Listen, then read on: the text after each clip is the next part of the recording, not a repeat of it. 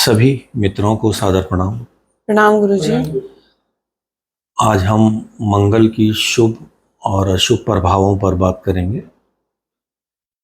मंगल किन कारणों से शुभ होकर भी अशुभ हो सकते हैं और वो कौन से हमारे जीवन में कर्म जुड़ जाएं जिनसे कि अशुभ मंगल भी शुभ हो जाएं।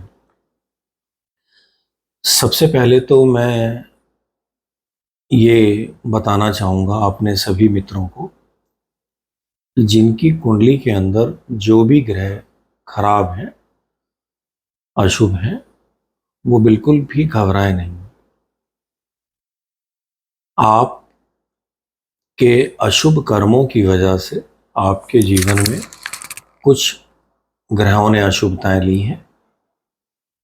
आपके सत्कर्मों से आपके ग्रह शुभ भी हो सकते हैं। आज इसी पर हम बात करेंगे मंगल को लेकर। मंगल जब अशुभ होता है तो ऐसा व्यक्ति बहुत जिद्दी होता है। ऐसे व्यक्ति के अंदर हर जगह अड़ने की, लड़ने की एक प्रवृत्ति बनी रहती है। जरा सा किसी ने कुछ कहा नहीं और उसने उपद्रव मचाया नहीं। एक तरह से देखा जाए तो ये अपनी शक्ति का व्यय अपने गलत कर्मों में करता रहता है और इसका मंगल अशुभ होता रहता है। ये मंगल जब अशुभ हो जाता है तो किसी भी व्यक्ति को कारागृह तक ले जा सकता है, किसी भी व्यक्ति को हॉस्पिटल ले जा सकता है, किसी भी व्यक्ति को अपने आप में ही कैद करवा देता है। अपने आप में कैद करवाने का मतलब है कि उसकी मानसिकता इतनी खराब हो जाती है कि उसको समझ में ही नहीं आता। आप कहेंगे जी मंगल की बात कर रहे हैं, मानसिकता का क्या मतलब है? तो मैं आपको बताना चाहूंगा, मंगल के मित्र भी खराब हो जाते हैं जब मंगल खराब हो जाता है। तो मंगल के मित्रों में है चंद्रमा। चंद्रमा से हम मनोबल को भी देखते हैं। मन यानी के चंद्रमा, और जब हम मन के बल को देखते हैं उसी को हम मनोबल बोलते हैं। मंगल के दूसरे मित्र हैं गुरुदेव। जब गुरु ही जन्म कुंडली के अंदर साथ ना दे रहे हो, देखो मैं यहां एक बात और कहूंगा कि गुरु तो सबका साथ देना चाहते हैं, लेकिन जब अपनी बुद्धि भ्रष्ट हो जाए, अपना ही मंगल खराब हो जाए, तो वो गुरु का साथ लेना ही नहीं चाहता। जिसकी जन्म कुंडली के अंदर मंगल अशुभ हो जाता है वो तभी होता है जब पहले उसकी बुद्धि खराब हो जाती है। कहने का मतलब है कि अगर गुरु खराब है तो बुध अच्छे हो ही नहीं सकते, संभव ही नहीं है। मंगल के एक और मित्र हैं जो हैं सूर्य देव।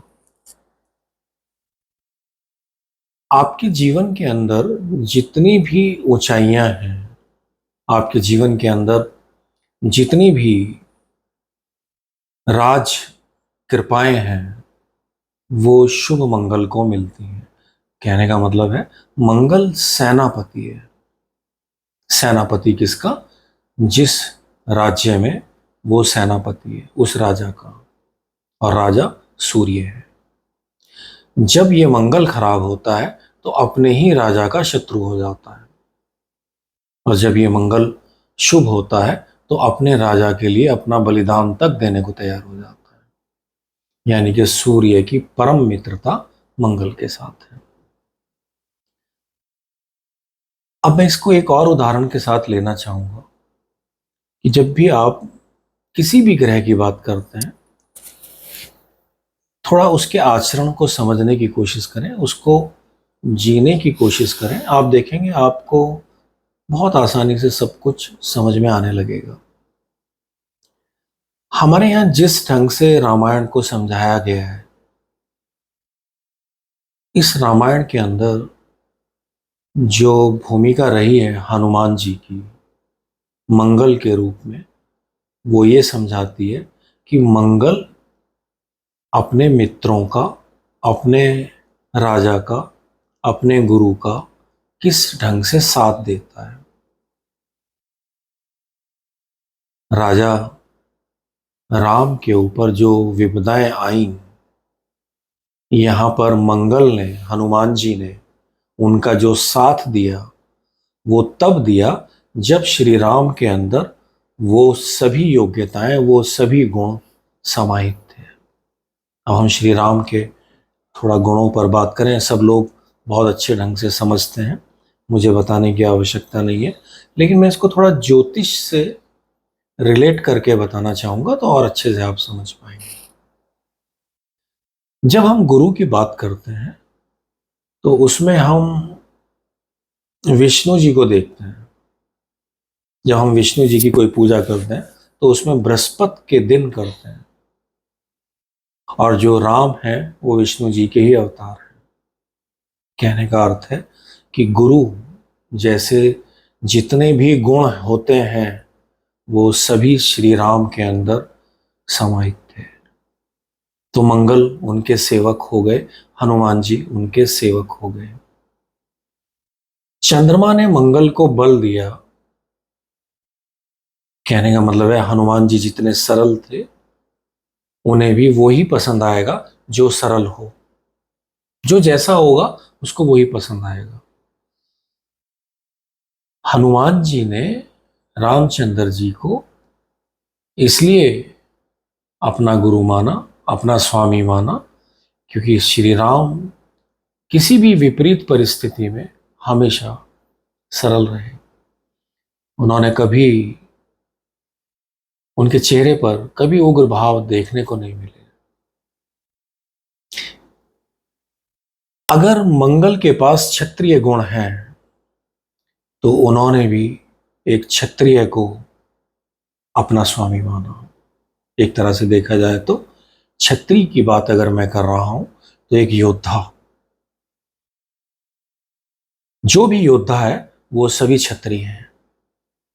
कमजोर की बात नहीं कर रहा हूं मैं, योद्धा की बात कर। तो राम के अंदर वो सभी गुण देखने को मिले। राम एक जिम्मेदार व्यक्ति, उनके व्यक्तित्व के अंदर सभी पूजनीयता गुणों का समावेश। तो मंगल जब किसी की जन्म कुंडली के अंदर अच्छा देखने को मिलेगा, वो तभी मिलेगा जब उसकी जन्म कुंडली के अंदर गुरु भी अच्छे होंगे, चंद्रमा भी अच्छे होंगे, सूर्य भी अच्छे होंगे, बुध भी अच्छे होंगे। अब मैं इसको एक और उदाहरण के साथ लेकर चलना चाहूंगा। जिनकी जन्म कुंडली के अंदर मंगल अशुभ होता है, ये लोग बड़े वहमी होते हैं। ये लोग एक तरह से देखा जाए तो हमेशा जेलस की भावना रखते हैं। हमेशा अंदर से इनको लगेगा इसका बुरा हो जाए। आज मैं एक बात और बताना चाहूंगा।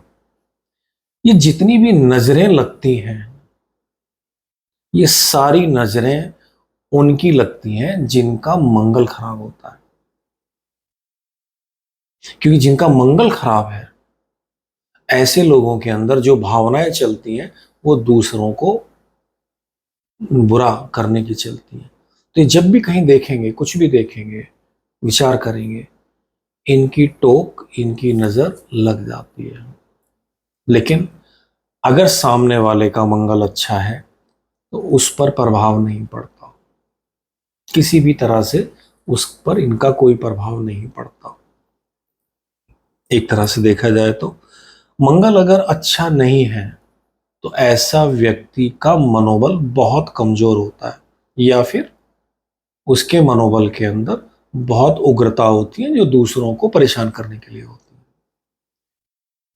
ये मंगल एक तरह से हमारे जीवन के अंदर उसी वक्त से शुभ होना शुरू हो जाता है जैसे ही ये मंगल किसी गुरु की शरण में आना शुरू हो जाता है।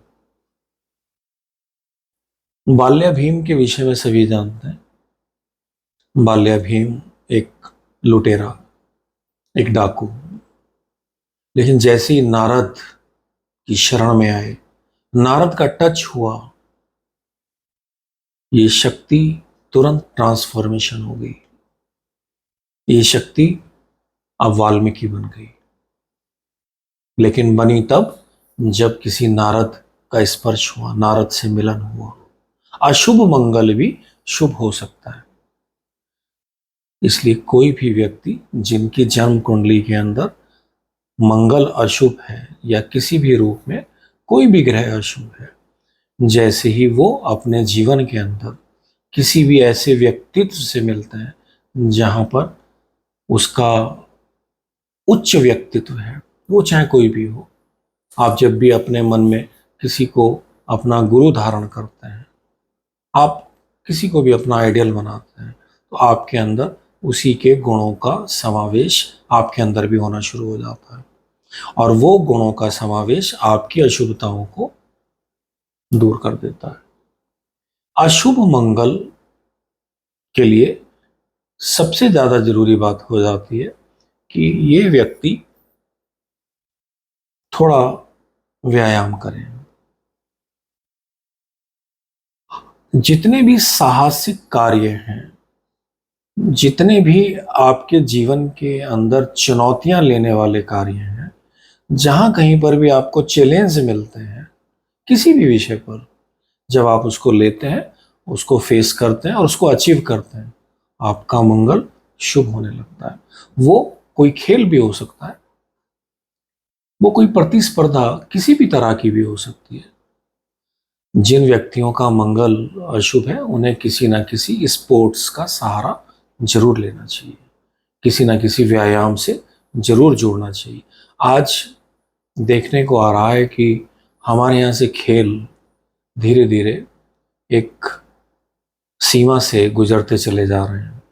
खेलने के लिए वो सब चीज़ें, सुविधाएं जो कभी हुआ करती थी, आज वो कम होती चली जा रही हैं। आधुनिक युग है, लेकिन जितना हम खेलों को प्रोत्साहन देंगे, व्यायाम को प्रोत्साहन देंगे, हमारे आने वाली जनरेशन के मंगल जो अशुभ हैं वो भी शुभ होना शुरू हो जाएंगे। एक और बात है, और वो ये कि मंगल छठे घर का कारक माना गया है, रोग, शत्रु और कर्जे। जब आप किसी को रोग मुक्त करते हैं, किसी भी तरह से करते हैं, कहने का मतलब है आप दवाओं से मदद करते हैं, किसी बीमार को आप पैसे से मदद करते हैं, आप किसी का इलाज कराने के लिए उसे हॉस्पिटल तक ले जाते हैं, आप उसको समय देते हैं। आप कुछ नहीं कर सकते, समय दे सकते हैं, उसको मोटिवेट करते हैं, उसका मनोबल बढ़ाते हैं, कोई बात नहीं यार, तुम बहुत जल्दी ठीक हो जाओगे। ऐसा करने से आपका मंगल ठीक होने लगता है। दूसरी बात, एक व्यक्ति बेचारा परेशान इस बात से है कि उसको शत्रु बहुत परेशान करते हैं। जब भी आप किसी की भी अपनी शक्ति के सामर्थ्य के आधार पर किसी की मदद करते हैं, किसी भी रूप में करते हैं, आपका मंगल ठीक होने लगता है।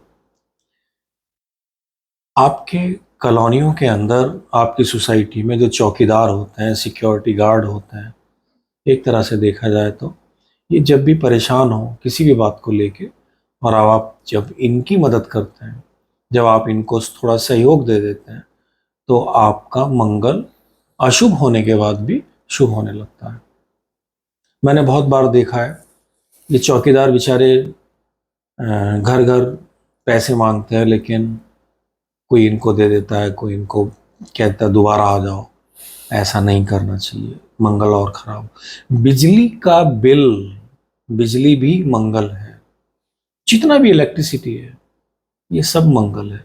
आप जब भी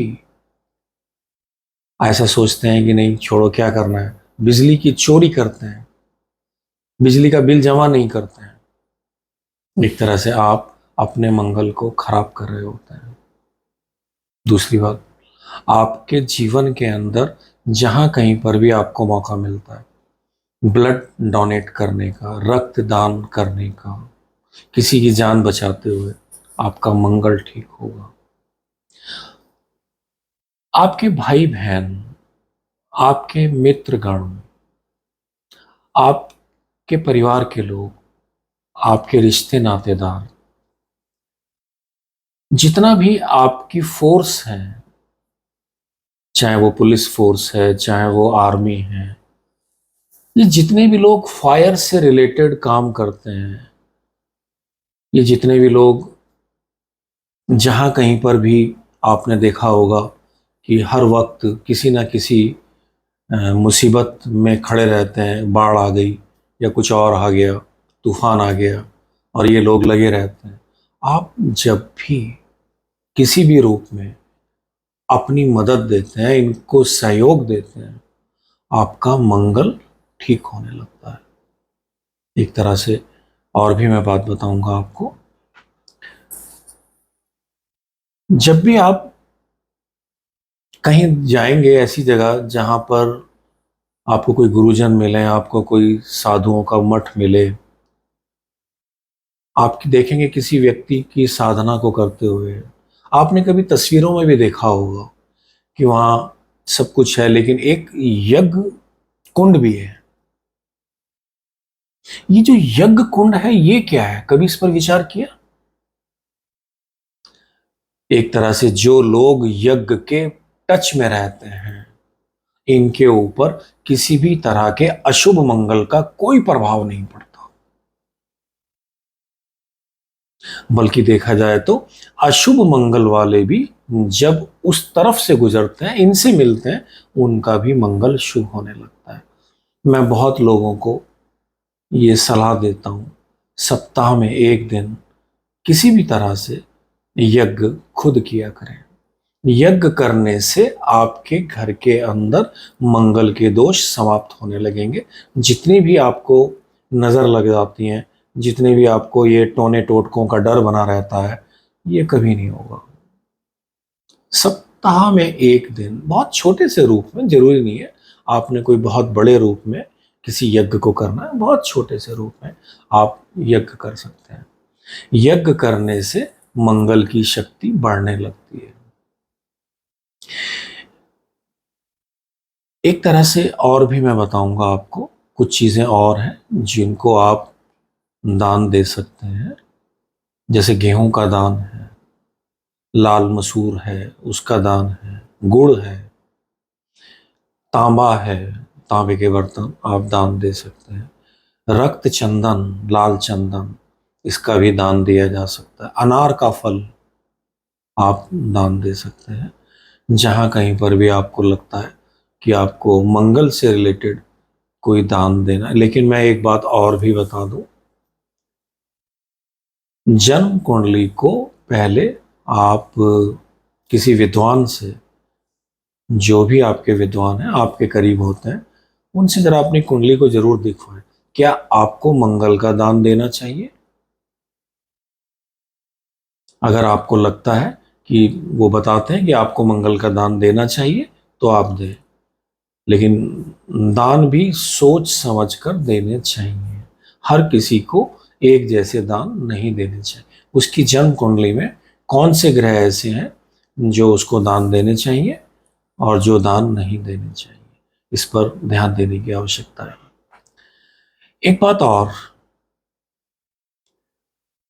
हम देखते हैं कि आपने कोई रत्न पहन लिया, आपने मूंगा धारण कर लिया, अब आपकी शिकायत रहती है कि हमने मूंगा धारण कर लिया लेकिन कुछ हो नहीं रहा है। कुछ लोग बहुत सारे उपाय करते रहते हैं, लेकिन उनका पूरा जीवन उपायों में गुजर जाता है, और फिर उनकी शिकायत बनी रहती है कि जी हमारे साथ तो कुछ नहीं होता। मैं आपको बहुत सरल शब्दों में इतना कहना चाहूंगा, आपके उपाय, आपके रत्न तब तक कारगर सिद्ध नहीं होंगे जब तक आपके जीवन के अंदर सत्कर्मों का समावेश नहीं होगा। आपके आचरण में कोई चीज नहीं बदलेगी, आपकी जीवन शैली नहीं बदलेगी।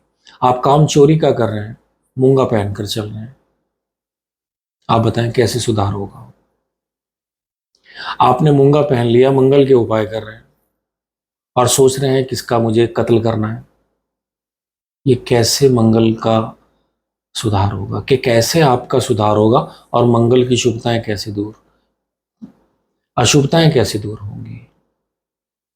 कुछ तो थोड़ा सा अपने दिमाग से भी सोचिए, थोड़ा तो लॉजिक लगाएं। आप जो उपाय कर रहे हैं, ये उपाय आपके लिए तभी कारगर सिद्ध होंगे जब आपके जीवन में सत्कर्मों का भी समावेश होगा।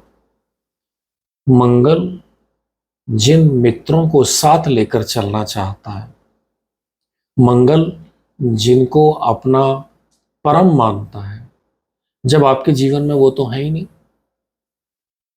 मंगल एक तरह से देखा जाए तो गुरु के परम मित्र हैं और आपके जीवन में गुरु का कोई मतलब ही नहीं। आपके जीवन में माँ से संबंधित कोई संबंध ही नहीं, आप माँ को कोई आदर ही नहीं देते। कैसा ही भी मंगल हो, मैं आपको बताना चाहूं, कैसा ही भी खराब मंगल हो, जैसे ही इसको चंद्रमा का साथ मिलता है, किसी भी रूप में मिलता है, ये मंगल ठीक होना शुरू हो जाता है। अब मुझे ये बात बोलनी पड़ेगी कि जो लोग अपने जीवन में अपनी माँ का ज़्यादा ध्यान रखते हैं, अपने माता पिता का ज़्यादा ध्यान रखते हैं, क्योंकि चंद्रमा माँ है और पिता सूर्य है। जब माता पिता का पूरा ध्यान रखते हैं, अपने भाई बहनों का ध्यान रखते हैं, अपने मित्रों का ध्यान रखते हैं, इनके जीवन में कितना ही भी अशुभ मंगल क्यों ना हो, ये मंगल शुभ होने लगता है। मंगल पर मुझे बहुत सारी बातें अभी बोलनी है। आने वाले कल में मैं इसका एक और पार्ट लेकर चलूंगा। आज बस इतना ही। आप कुछ पूछना चाहते हैं? नहीं गुरुजी, धन्यवाद। आप कुछ पूछना चाहते हैं? सादर प्रणाम।